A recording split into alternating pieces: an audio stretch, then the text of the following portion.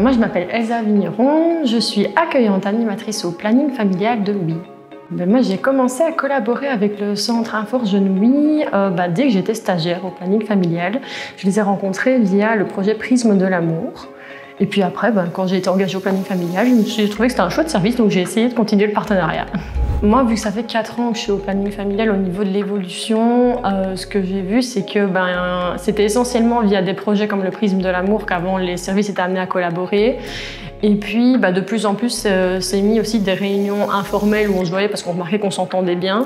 Et ça a permis de mettre en place des nouveaux projets, en fait, comme le projet cours de récré, le projet calendrier de l'Avent. On a été rencontrer des gens avec le tricomotoire.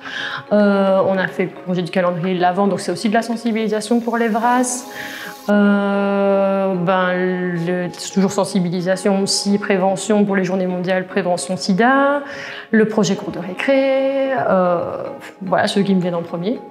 C'est tous des projets, je pense, qui ont aussi pu être mis en place parce qu'on a remarqué qu'on avait des valeurs communes en tant que travailleurs et que ça se rejoignait bien, qu'il y avait des besoins au niveau du public et que ça a bien matché. Et du coup, c'est ça aussi qui fait que ça continue. À mon avis, les employés, ça fait aussi beaucoup.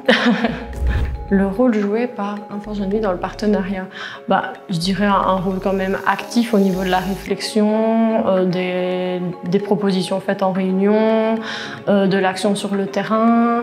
Aussi, nous on n'est pas très doués aussi avec tout ce qui est filmé, faire des montages vidéo, etc. Donc c'est vraiment un super chouette partenariat aussi pour tout ça, pour tout ce qui est visibilité sur les réseaux sociaux.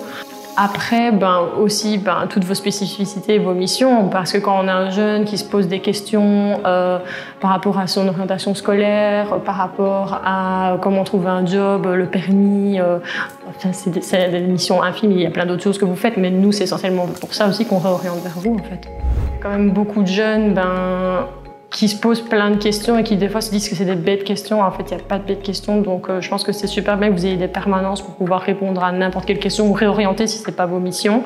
Vous aussi, vous êtes super visible là sur le quai, etc. On vous connaît bien, même si des fois ils vous confondent avec la maison, donc nous on doit clarifier. Mais oui, c'est super utile pour plein de choses parce que vous êtes complémentaires dans plein de missions et vous êtes super visible. Une anecdote par rapport à une personne ou à un projet commun, il y en a tellement, il faut que j'en choisisse une. Une qui me viendra en premier parce que là, il fait chaud. Et ça me rappelle du coup le tournage du calendrier de l'Avent qu'on a fait il y a 2 ans maintenant. Et avec Tracy, Julien et Justine, ma collègue psychologue, on avait tourné ça chez nous. Il faisait super chaud, on était avec nos pulls de Noël pour faire genre que c'était le calendrier de l'Avent de Noël. Et on mourait de chaud. Et je me souviens qu'on avait fait semblant de mettre de la crème hydratante sur le visage avec Tracy. Et en fait, ça fondait tellement on avait chaud. Donc, je dirais ça comme anecdote. C'est des moments un peu en off, mais qui font aussi, ça crée le partenariat. Continuer ainsi, d'encore continuer à grandir parce que votre équipe grandit aussi, que Tracy puisse revenir. Cœur sur toi, Tracy. Oui, que ça puisse continuer comme ça, que le partenariat puisse continuer, qu'on puisse encore plus répondre aux besoins et attentes du public dans une bonne ambiance comme on la connaît pour le moment.